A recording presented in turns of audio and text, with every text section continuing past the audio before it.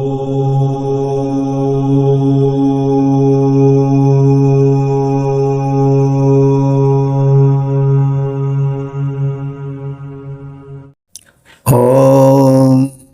विश्वादेव सवितर्दुर्तानि परासु यद्भद्रं तन्नयासु। ओम भद्रं कर्णेभिः शृणुयाम देवा भद्रं पश्येमाक्षिभिर्यत्राः स्थिरैरङ्गैस्तुष्टुवांसस्तनुर्भिः दशेमहि देवहितमदायुः। ओम वेद प्रेमियों, सुधी श्रोताओं, संप्रति हम सब यजुर्वेद के 7वें अध्याय के 71वें मंत्र की व्याख्या में प्रवेश करने जा रहे हैं। मंत्र का शीर्षक है कृषि कर्म जन्य समृद्धि। अब संबंधित मंत्र का सत्संस्वर पाठ हो जाए।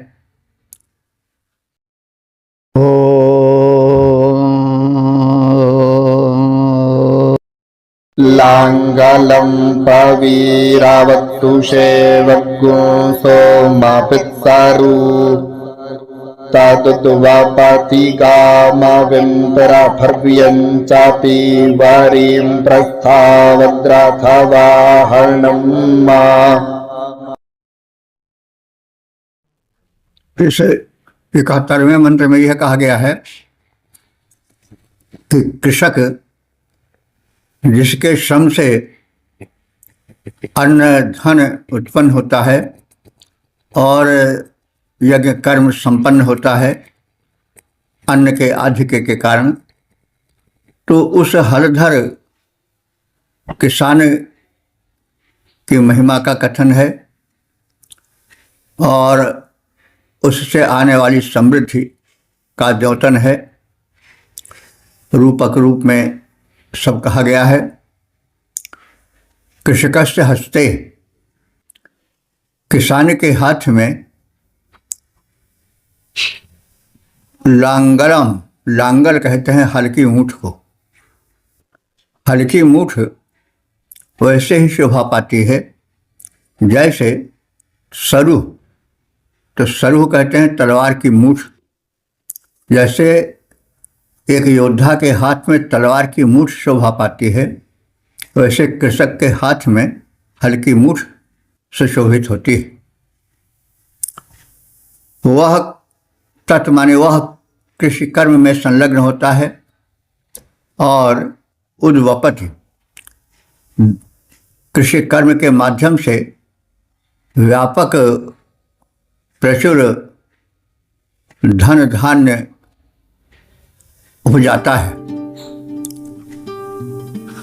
और उस धन धान्य अन्न के उपज के फलस्वरूप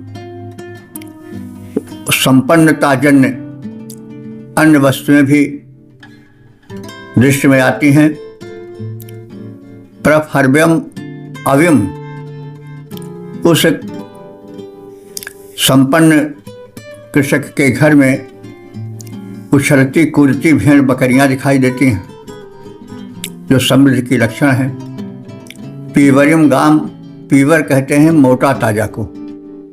गाम माने गायें और मोटी ताजी गायें घर में शोभा बढ़ाती हैं। प्रस्थावत माने वेगवान, रथवाकम रथ को खींचने वाले अश्व भी उसके घर में शोभा पाते हैं। एक समृद्ध प्रारूप का प्रस्तुतिकरण है। किसान के हाथ में हल की मूठ धारण कर खेत जोत कर कृषि कर्म से संपन्नता लाने के संदर्भ में उत्तम फल वाली कृषक के हल की मूठ उस कृषि उत्पादक किसान के हाथ में तलवार की मूठ की भांति शोभा पाती है, जिससे वह राष्ट्र के दुख दारिद्र्य का सफाया कर डालता है।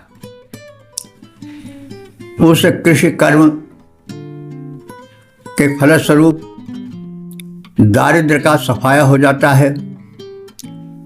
कृषि कर्म से उत्पन्न समृद्धि उछलती कूदती भेड़ बकरियों के रूप में दिखाई पड़ती है। मोटी ताजी गायें वेगवान रथवाहक अश्व उस किसान के अर्जन के प्रारूप बनकर समक्ष दिखाई पड़ते हैं, तो कृषक की महिमा है और हल धारण करने की महिमा है। देखिए, हल धारण करना वैदिक युग में एक सम्मान की बात मानी जाती थी। यह तो बाद में हुआ कि एक वर्ग विशेष हल नहीं धारण करे, ब्राह्मण हल नहीं धारण करे। अब इस मन से कहीं नहीं है कि कोई जाति विशेष ही हल धारण करे।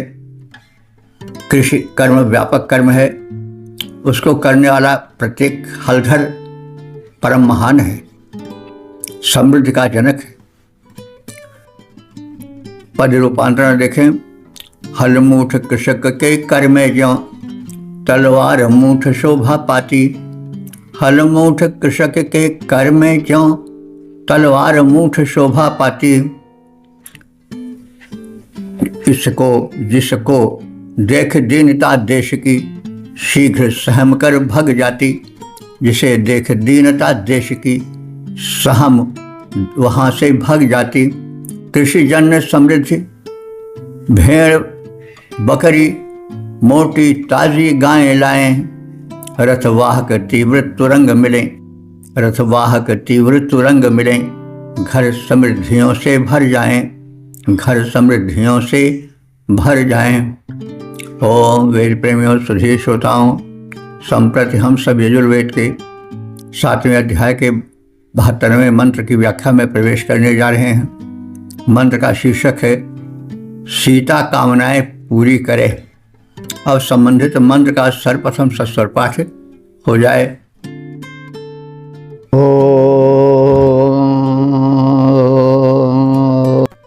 कामं कामदुःखे स्वामित्राय वरुणाय च इन्द्रायाश्वभियां पूषणे प्राजाभ्य ओषधीभ्यः।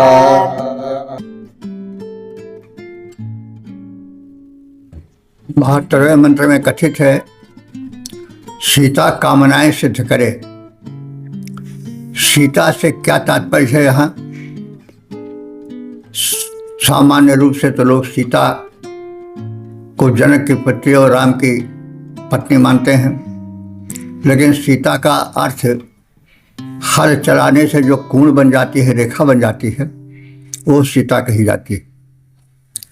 और सीता को इसलिए भी सीता कहा गया जो जनक की पुत्री हैं कि जब राजा जनक हल चला रहे थे प्रजा के हित में, एक उदाहरण प्रस्तुत कर रहे थे, तो उस हल के दौरान उन्हें एक कन्या मिली और वो कन्या जुड़ी थी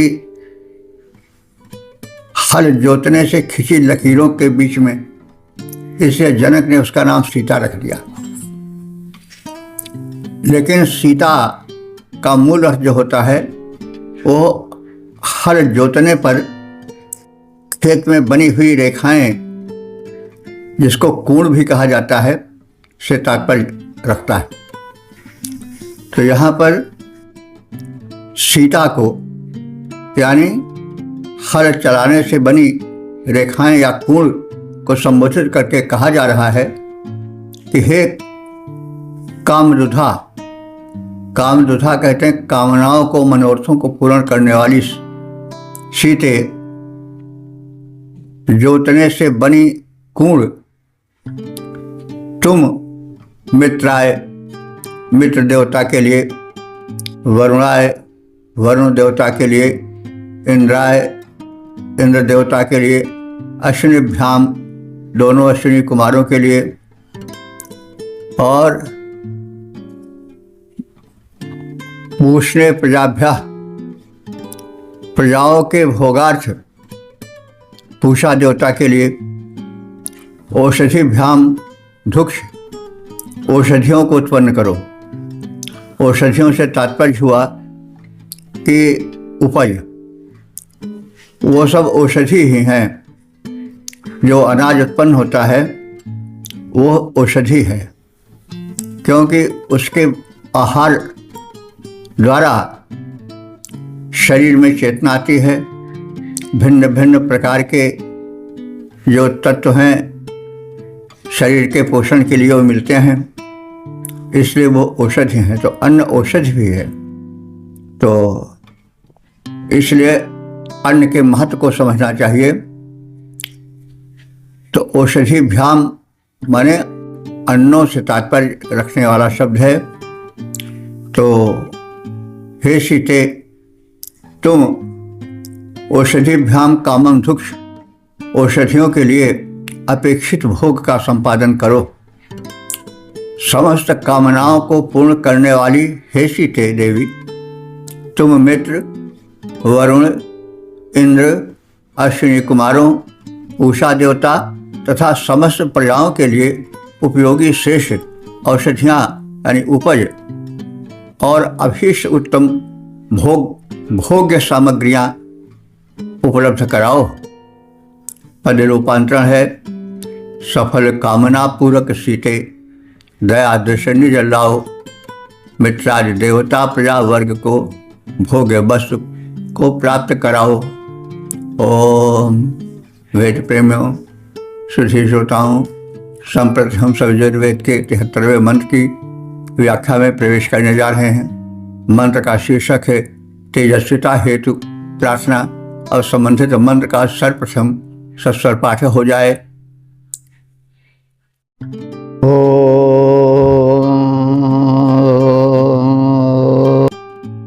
विमच्यध्वा मखनिया देवयाना अगन्माता मातस्पारामसिया ज्योतिरा पामा।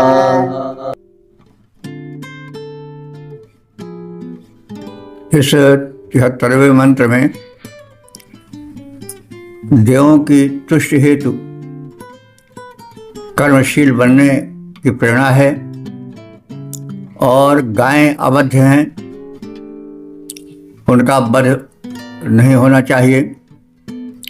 इसके साथ मंत्र के दूसरे भाग में यह कहा गया है कि हे भगवान, हम सब यजमान दुखांधकार से पार जाएं, हमारा जीवन प्रकाशित हो, तेजस्विता से परिपूर्ण हो।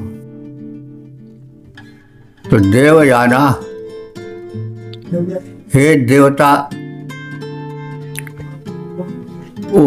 हे देवताओं की संतुष्टि के लिए कर्म करने वाले मनुष्यों, देवयाना माने देवताओं की संतुष्टि के लिए कर्म करने वाले मनुष्यों, अघन्या विमुच्यध्वम, अघन्या कहते हैं जो मारे जाने योग्य या वध करने योग्य नहीं है, वो है अघन्या यानी गाय।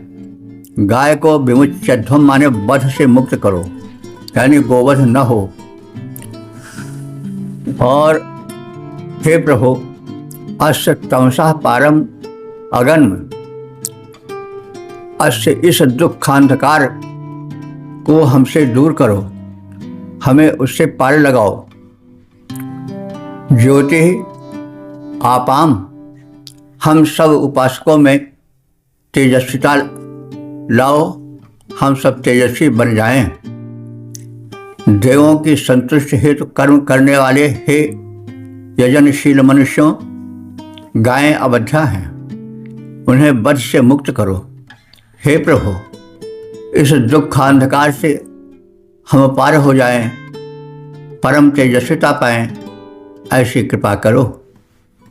पद रूपांतरण, देवों की संतुष्टि हेतु हे कर्मशील मानो महान, देवों की संतुष्टि हेतु हे कर्मशील मानो महान, गायें अवध्य हैं, सोचो बंधन मुक्त उन्हें कर दो सुजान।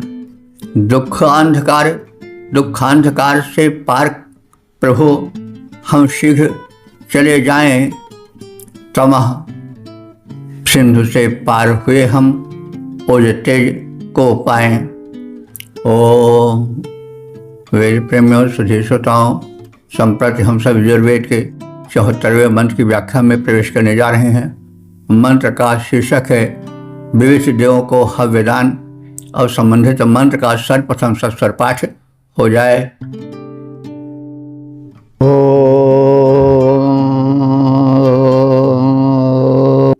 सजो रब्दो अयवो भीः सजुरुखा अरुणिभिः सजो खसावश्विनादग्गुंसोभिः सजुः सूर एतशेन सजुर्वैश्वानर इडयाघ्रेतेन सुवाहा।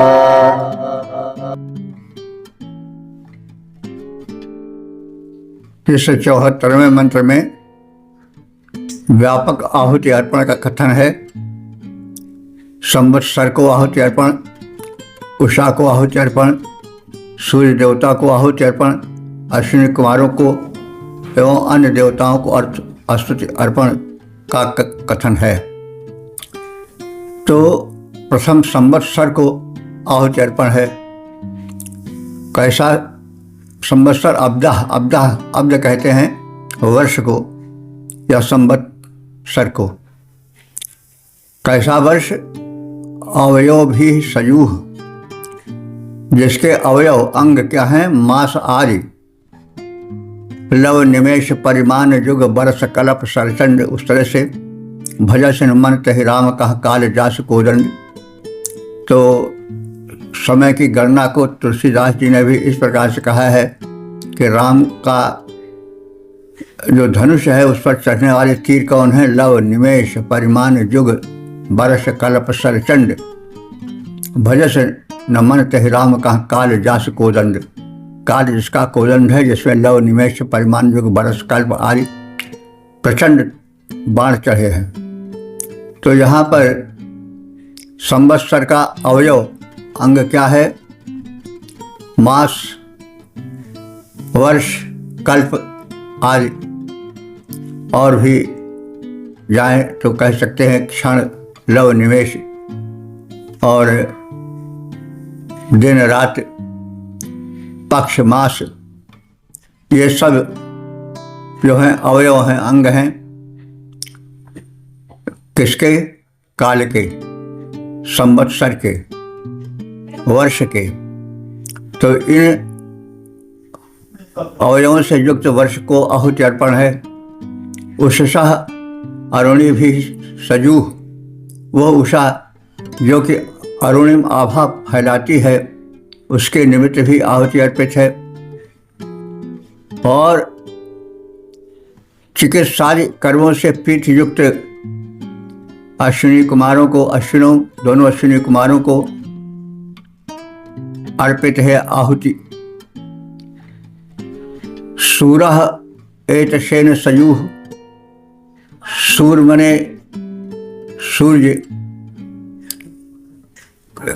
जो अपने घोड़ों से प्रीति रखते हैं, क्योंकि सूर्य का भी रथ है, रथ को घोड़े खींचते हैं। तो सूर्य के रथ को खींचने वाले घोड़े और उन घोड़ों से प्रीति रखने वाले सूर्य देवता को आहुति अर्पित है। वैश्वानरः माने सर्वव्यापक, संपूर्ण मनुष्यों में जो व्याप्त हैं वह अग्निदेव, जिन्हें वैश्वानर कहा जाता है। वे भी हवि द्रव्य, अन्न एवं घृत से प्रीति युक्त हों।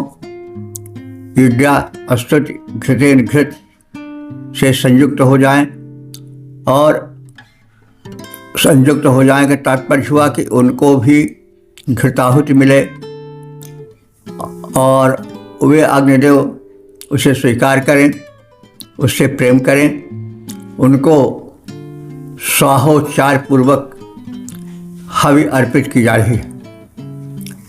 मास दिवसादि अवयवों से युक्त संवत्सर के लिए, वर्ष के लिए, अरुणिम रश्मियों से युक्त उषा के लिए, चिकित्सा कर्म में कुशल दोनों अश्विनी कुमारों के लिए, अश्वों से प्रेम करने वाले सूर्य देवता के लिए, तथा घृतादि हविष्यानों से प्रीति रखने वाले अग्निदेव के निमित्त यह आहुति अर्पित है। यह सभी देवता उस आहुति को ग्रहण करें।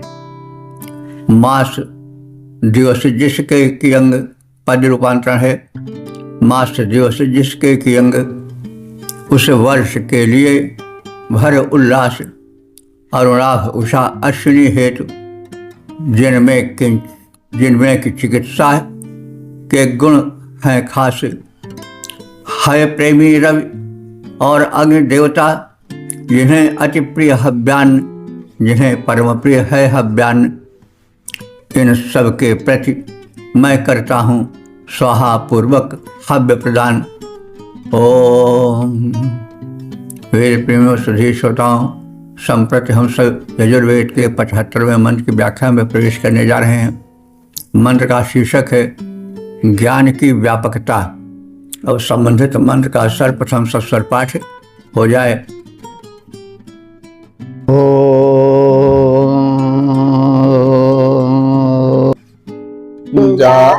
जाओखधीः पूर्वा जाता देवेभ्यः त्रियुगं पुरा। मनैनु बभ्रूणामहग्गुं शतं धामानि सप्त च।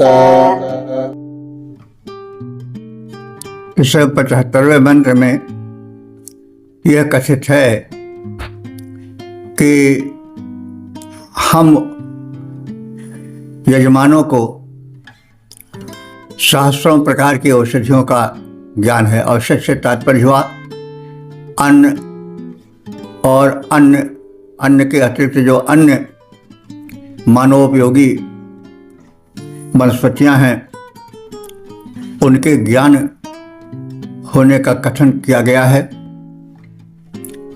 कहा जा रहा है कि पुरा माने बहुत पहले, सृष्टि के आदि में यह औषधि, जो औषधियाँ व्याप्त थीं, और जो औषधियाँ जो है त्रियुगम जाता, 3 युगों में, 3 वर्ष के भागों में उत्पन्न होने वाली हैं।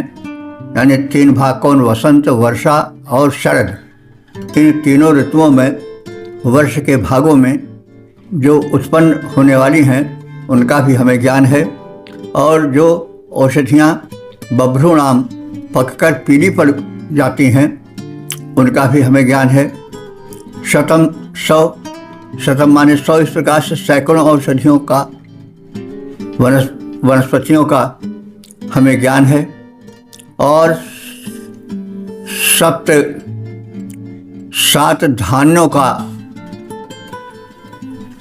धान्य माने उपज वाले अन्नों का जो विशिष्ट महत्व रखते हैं, उनको भी अहम मने, मैं जानकर मान चुका हूँ। सृष्टि के आदि में जो औषधियाँ देवताओं के द्वारा वसंत, वर्षा, शरद, इन 3 ऋतुओं में उत्पन्न की गई हैं, जो पककर पीतवर्ण की हो गई हैं, उन सैकड़ों औषधियों और 7 धान्यों, 7 प्रकार के विशिष्ट शाली आदि धान्यों का भी हमें ज्ञान हो चुका है। सृष्टि आदि में जो औषधियाँ, पद रूपांतरण, सृष्टि आदि में जो औषधियाँ गई सुरों द्वारा उपजाई, वसंत आदि 3 ऋतुओं में पैदा हो, पक जो पीली हो आई, उन सैकड़ों औषधियों और 7 जो धान्य प्रधान, निश्चय ही उन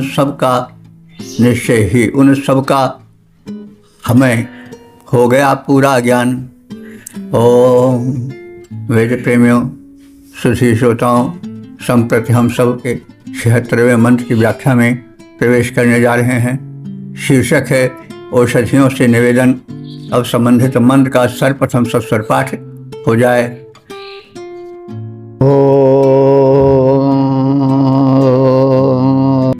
शतं नो अम्बधामानि सहस्रमुतवोरुहः।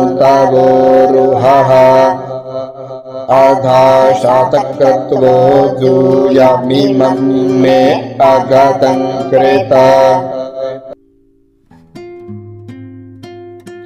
इस 76वें मंत्र में कथित है कि वनस्पतियाँ औषधि बनकर आएं, जो उपज होती है वो सब औषधमय हो। और वास्तव में जितने खाद्यान्न हैं वे सब वनस्पति ही हैं, वो सब औषध ही हैं। उनका यदि सही उपयोग वैज्ञानिकता से युक्त होकर किया जाए तो वे सब दवा का कार्य करते हैं, क्योंकि उन सब में विविध पोषक तत्व होते हैं। प्रोटीन, विटामिन और जो अन्य औषधीय तत्व हैं वो सब इन अन्नों में और अन्य वनस्पतियों में पाए जाते हैं।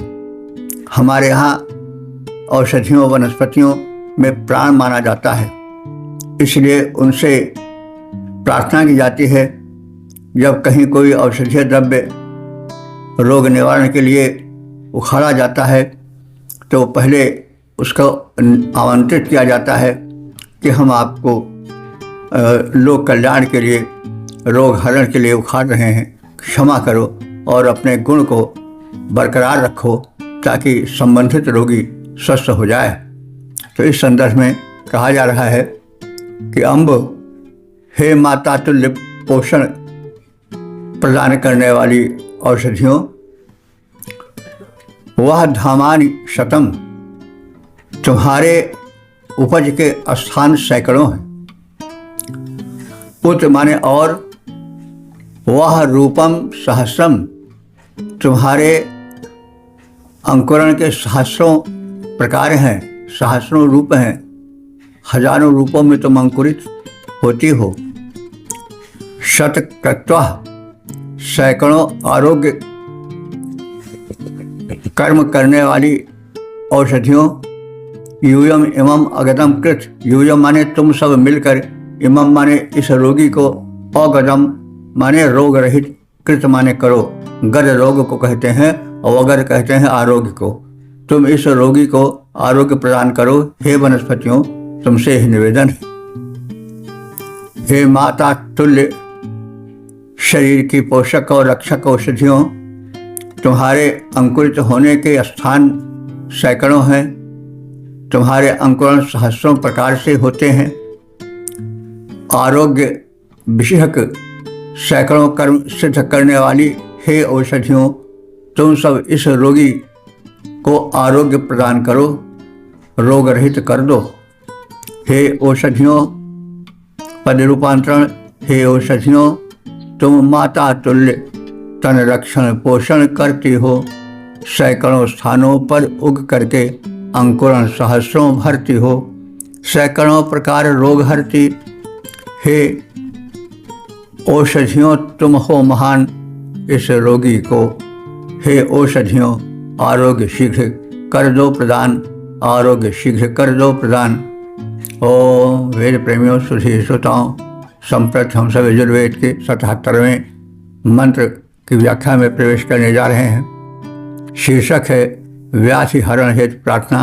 अब संबंधित मंत्र का सर्वप्रथम सस्वर पाठ हो जाए।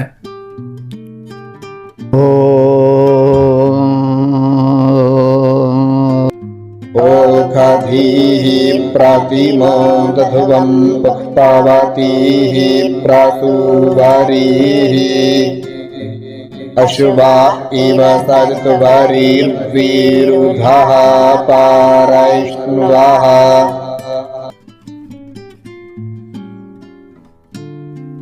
इस 77वें मंत्र में कथित है कि औषधियाँ शीघ्र ही व्याधि विनाश करें। औषधि, हे औषधियों, पुष्पवती, तुम पुष्पों से युक्त हो और प्रसूवरी, फलोत्पादन करने में सक्षम हो। तुम्हारे सेवन से उसका फल शीघ्र मिल जाता है। इस स्थिति में हे सक्षम औषधियों, तुम अश्वायु, अश्व की भांति, घोड़े की भांति तीव्र गति से चल करके व्याधि जालों को हरो और रुग्ण को आरोग्य प्रदान करो। परेशनवा, तुम व्याधियों को दूर करने वाली हो। प्रतिमोदध्वम, तुम हम सब पर प्रसन्न हो जाओ और रोग भगाओ।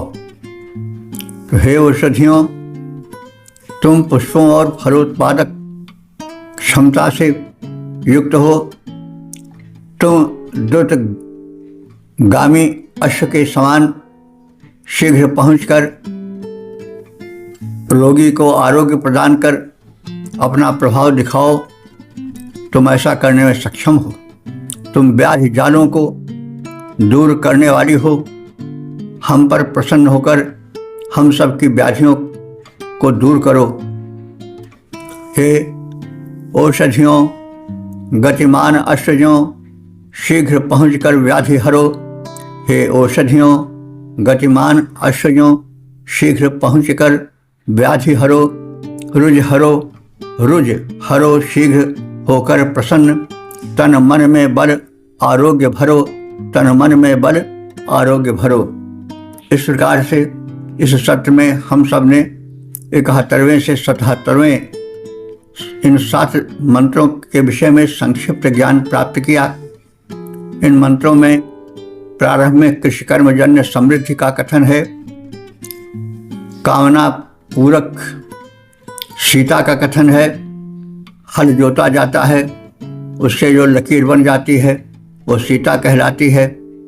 तो हल जोता गया, लकीर बनी, कूण बनी, उससे बीज वपन हुआ, बीज वपन होकर के अंकुरण हुआ, अंकुरण होकर के वो अन्न पका, वानस्पतिक संपदाएं प्राप्त हुई, उसके माध्यम से यज्ञ कर्म हुआ। तो अन्न का यज्ञ कर्म में बड़ा महत्व है। हवन आदि में तिल, तंडुल, यव आदि डाले ही जाते हैं। साथ साथ जब व्यापक भंडारा होता है तो उसमें भी अन्न की आवश्यकता होती है। तो अन्न परम प्रसन्न करने वाला महान एक वरदान है। तो ये सब बताया गया है और विविध देवों का आमंत्रण हुआ है कि वे आकर के इस यज्ञ के महोत्सव में हव्य ग्रहण करें। उन्हें स्वाहोच्चार पूर्वक हव्यान्न समर्पित हो रहा है। औषधियाँ धन धान्य प्रदान करें। औषधियों के अंतर्गत अन्न आदि जो हैं, जैसे जौ है, गेहूँ है, चना है और भांति भांति के जो अन्न हैं वो सब वानस्पतिक हैं, वो सब औषधीय हैं और उनका औषधीय प्रयोग देखा जाता है। ऐसी मान्यता प्राकृतिक चिकित्सा में भी है कि यदि अन्न का उचित ढंग से सेवन किया जाए, उसका प्राकृतिक रूप नष्ट ना किया जाए, उसके चोकर या ऊपरी छिलके ना नष्ट किए जाएं और ऋतु के अनुसार भोजन किया जाए तो मनुष्य आरोग्य रहेगा। इसीलिए हित भुक, ऋत भुक, मित भुक कहा गया। हित भिक माने जो अन्न, जो वानस्पतिक अन्न हितैषी हो, स्वास्थ्य को लगे, उसको ऋतु के अनुकूल ग्रहण करना चाहिए। और मित माने बहुत अधिक मात्रा में नहीं, सूक्ष्म मात्रा में अन्न का सेवन होना चाहिए।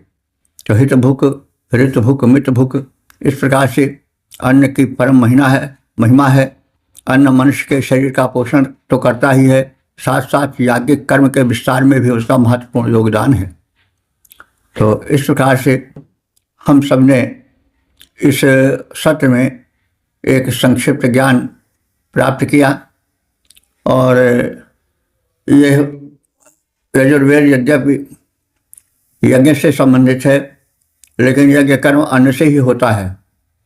जब अन्न है तभी आहूत बनेगी, तभी भोजन खेत भंडारा होगा।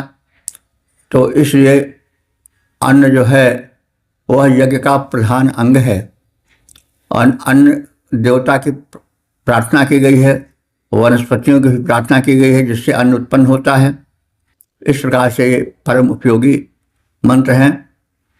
ओम सर्वे भवन्तु सुखिनः, सर्वे सन्तु निरामया, सर्वे भद्राणि पश्यन्तु, माँ कश्चित् दुःख भाग भवेत्।